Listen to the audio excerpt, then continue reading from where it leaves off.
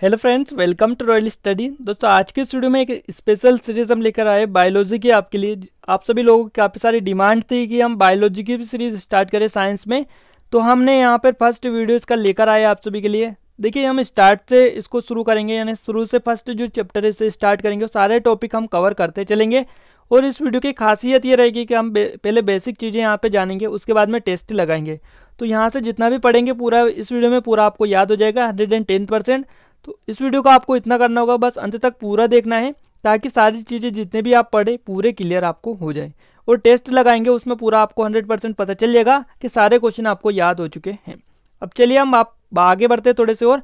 तो आपको बता देते हैं, यदि आप चैनल पर नया है तो सब्सक्राइब जरूर से कर लीजिएगा, साथ में पास में लगे बेल आइकन को भी आप दबा दीजिए, जिससे जो भी नया वीडियो है उसको नोटिफिकेशन भी आपको मिल जाए। और इस वीडियो की PDF फाइल अगर आप डाउनलोड करना चाहते हैं तो आप हमारे टेलीग्राम ग्रुप चैनल दोनों को ज्वाइन कर सकते हैं, जिसकी लिंक आपको डिस्क्रिप्शन में मिल जाएगी।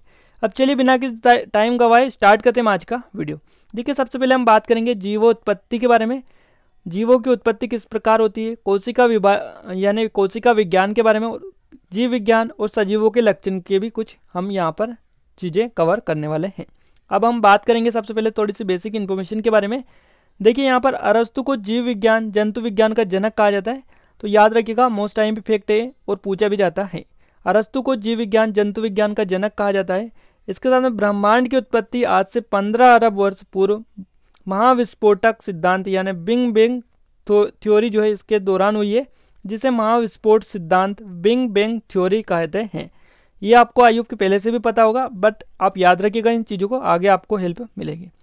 जीवों की उत्पत्ति के बारे में बात करें तो देखिए, ज्वलित गैसीय पिंड से पृथ्वी की उत्पत्ति आज से लगभग 4.6 अरब वर्ष पूर्व हुई थी। सागर में जीवन की उत्पत्ति आज से 3.8 अरब वर्ष पूर्व अर्थात आर्कियोजोइक महाकल्प से पहले हुई है। ये चीज़ें फैक्ट आपको क्लियर हो गए होंगे। अब हम आगे थोड़े से और बढ़ते हैं। तो देखिए, यहाँ पर AI ओपेरिन ने एक रूसी जीव विज्ञान शास्त्री है यहाँ पर, और इन्होंने भौतिकवाद या पदार्थवाद के नाम पर अपनी पुस्तक द ओरिजिन ऑफ लाइफ में बताया है। तो ये आप याद रखिएगा। और इनकी जो पुस्तक आई थी ये आपका आई थी 1924 को। अब हम बात करेंगे कुछ स्पेशल चीज़ें के बारे में। देखिए, आदि प्राचीन वायुमंडल अपचायक था, जबकि इसके विपरीत वर्तमान वायुमंडल अपचायक है या अक्षीकारक वायुमंडल है, क्योंकि इसमें हाइड्रोजन के परमाणु सर्वाधिक क्रियाशील एवं संख्या में अधिक थे। इसके साथ आदि वायुमंडल में ऑक्सीजन के परमाणु स्वतंत्र परमाणु नहीं थे, ये हाइड्रोजन के साथ मिलकर जल के रूप में थे। वहीं कुछ और बात करें आगे हम, तो ताप के कम होने पर कार्बनिक यौगिक जैसे मीथेन, सुगर, वसी अम्ल, अमीनो एसिड, फ्यूरिन्स आदि का निर्माण हुआ है। इन कार्बनिक यौगिकों के बनने के लिए ऊर्जा अल्ट्रावायलेट किरणों तथा कॉस्मिक किरणों द्वारा प्राप्त हुई है। इन कार्बनिक यौगिकों द्वारा जीवन की उत्पत्ति हुई है, आपको याद रखना है। और बात करें हम ओपेरिन की कल्पना को 1955 ईस्वी में अमेरिकी वैज्ञानिक स्टेनले मिलर ने सिद्ध किया है। वहीं बात करें प्रकाश संश्लेषण करने वाले जीवों द्वारा ऑक्सीजन का निर्माण हुआ है, जिससे ऑक्सीजन के उत्पादन द्वारा वायुमंडलीय अपाचे से ऑक्सीकारक में बदला गया है। इस परिवर्तन के कारण इसे ऑक्सीजन क्रांति कहा जाता है। अब जीवन की उत्पत्ति के बारे में बात करेंगे। जीव की उत्पत्ति किस प्रकार होती है। सजीवों, जीवधारियों एवं उनसे संबंधित क्रियाओं का अध्ययन जीव शाखा के अंतर्गत किया जाता है, जिसे जीव विज्ञान कहलाते हैं। 1802 में सर्वप्रथम लेमार्क ट्रेविरेनस जीव विज्ञान शब्द का प्रयोग किया है। जीव विज्ञान की शाखा के बारे में देख लेते हैं। तो जीव विज्ञान की दो प्रमुख शाखा है, कौन सी, वनस्पति विज्ञान और जंतु विज्ञान। दोनों को हम डिटेल में यहाँ पर डिस्कस करने वाले हैं। तो पहले वनस्पति विज्ञान की बात कर लेते हैं। देखिए, ग्रीक भाषा के बाइस्किन शब्द से बॉटनी शब्द की उत्पत्ति हुई है, और जिसका अर्थ होता है चरना। हिस्टोरिया प्लांटेरम में थियोप्रेस्टस वनस्पति विज्ञान के जनक जो हैं, इन्होंने 500 प्रकार के पौधों का वर्णन भी किया है। वहीं बात करें जंतु विज्ञान के बारे में, तो हिस्टोरिया एनिमलम में अरस्तु जो है जंतु विज्ञान के जनक है। इन्होंने 500 जंतुओं के स्वभाव, जनन, वर्गीकरण तथा इनकी रचना का वर्णन किया है। जैविक क्रियाएं जैसे वृद्धि, प्रचलन, श्वसन, पोषण, प्रजनन आदि जिस वस्तु में पाई जाती है उसे सजीव कहते हैं। जैविक क्रियाओं के आधार पर ही निर्जीवों और सजीवों से अलग कर पाना आसान या संभव हो पाया है। अब देखिए, सजीव या फिर आप बोल सकते हैं वनस्पति विज्ञान और जंतु विज्ञान दोनों के बारे में आपको चीज़ें क्लियर हो गई होगी। अब सजीवों के लिए कुछ लक्षण भी हम देख लेते हैं जिनसे उनको हम आसानी से पहचान पाएँ।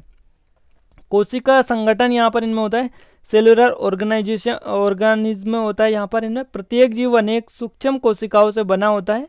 कोशिकाएं शरीर की मूलभूत रचनात्मक एवं कार्यात्मक इकाई है। इसके साथ में आगे बात करें जीवद्रव्य के बारे में, प्रोटोप्लाज्म के बारे में, तो कोशिकाओं में जैव पदार्थ पाया जाता है जिसे जीवद्रव्य कहते हैं। और जीवद्रव्य वास्तविक जैविक पदार्थ होता है जो जीवों की भौतिक आधारशिला है। जीवद्रव्य को जैविक क्रियाओं का केंद्र कहते हैं। जो जलयुक्त पदार्थ लसलसा होता है, रंगहीन होता है, तरल गाढ़ा होता है। जीवद्रव्य की रचना कार्बनिक अकार्बनिक लवणों, प्रोटीन, वसा, कार्बोहाइड्रेट आदि के द्वारा होती है। जीवद्रव्य को जीवन का भौतिक आधार माना गया है जूलियस एक्सले के अनुसार। वहीं बात करें हम आकृति और आकार के बारे में इनके, तो अलग अलग प्रकृति एवं आकार के जीव होते हैं। इनके आधार पर इनकी पहचान की जाती है। विविधता जीवधारियों का महत्वपूर्ण गुण है।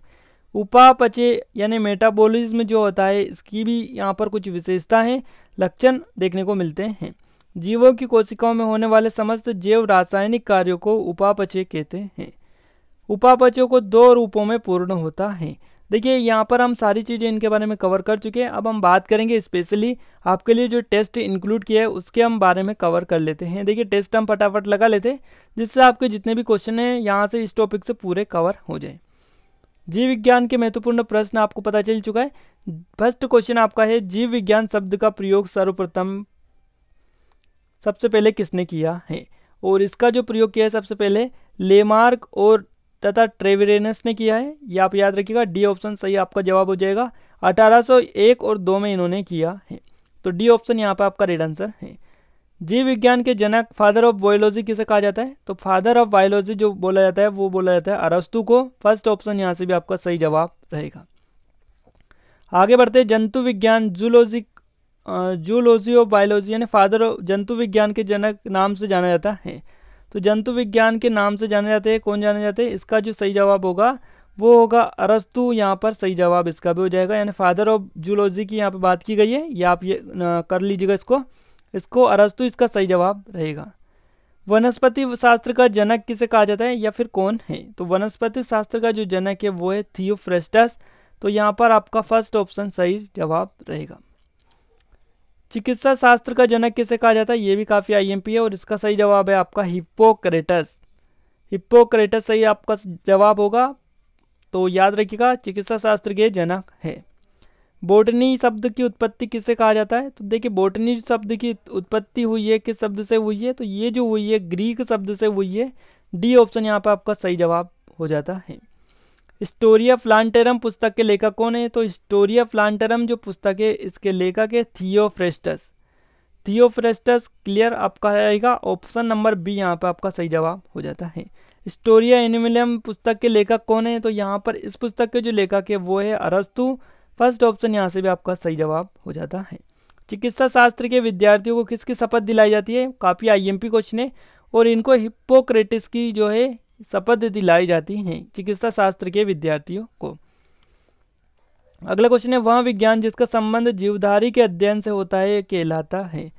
तो ये कौन सा विज्ञान कहलाता है जिसका संबंध जीवधारियों के अध्ययन से होता है? उसको हम जीव विज्ञान बोलते हैं। तो डी ऑप्शन आपका सही जवाब यहाँ पर रहेगा, जीव विज्ञान।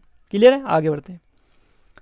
फाइकोलॉजी में किसका अध्ययन होता है? अब ये भी काफ़ी आईएमपी क्वेश्चन है। फाइकोलॉजी की अगर हम बात करें तो इसमें सेवाल का अध्ययन होता है। सेवाल जो होते हैं इनका अध्ययन यहाँ पर किया जाता है फाइकोलॉजी में। साइटोलॉजी में आपका किसका किया जाता है?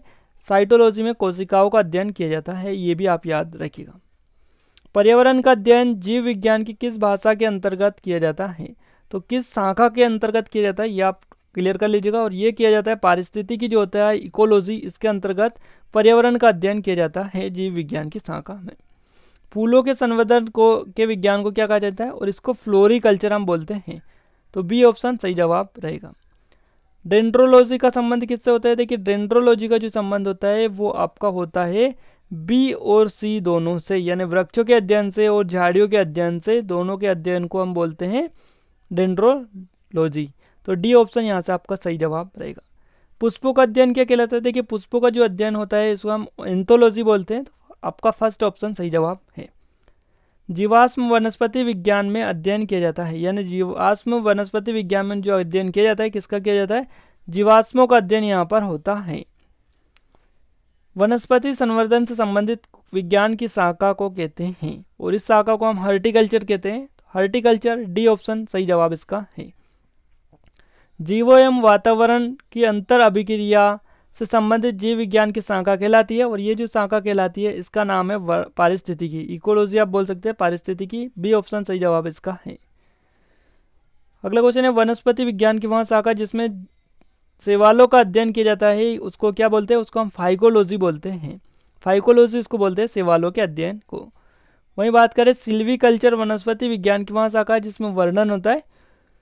सिल्वीकल्चर में जो वर्णन होता है वन के विकास का वर्णन किया जाता है, बी ऑप्शन यहाँ पे आपका राइट आंसर है। निम्नलिखित में से किसे वर्गीकी का पितामह कहते हैं, और वर्गीकी के जो पितामह बोले जाते हैं कौन बोले जाते हैं, लीनियस बोले जाते हैं, कैरोलस लीनियस इनका पूरा नाम है, याद रखिएगा, सी ऑप्शन सही जवाब है।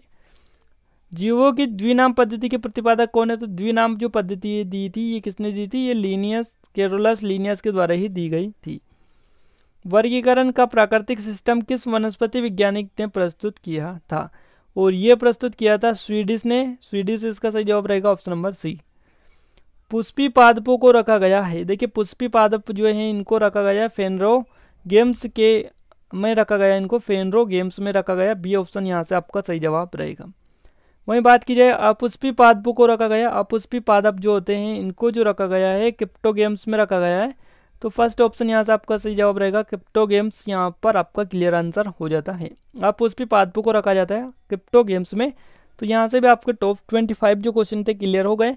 अब देखिए ये वीडियो आपको कैसा लगा ये कमेंट बॉक्स में कमेंट करके जरूर बताइएगा, और आगे भी अगर आप ऐसे वीडियो चाहते हैं तो कमेंट बॉक्स में कमेंट उसके लिए भी आप कर सकते हैं। और वीडियो को लाइक कर दीजिए, शेयर कर दीजिए, चैनल पर नया है तो सब्सक्राइब जरूर से कर लीजिएगा ताकि आपको वैसे ही वीडियो रेगुलर मिलते रहे। तो आज के लिए बस इतना ही, मिलते हैं नेक्स्ट वीडियो में, तब तक लीजिए जय भारत।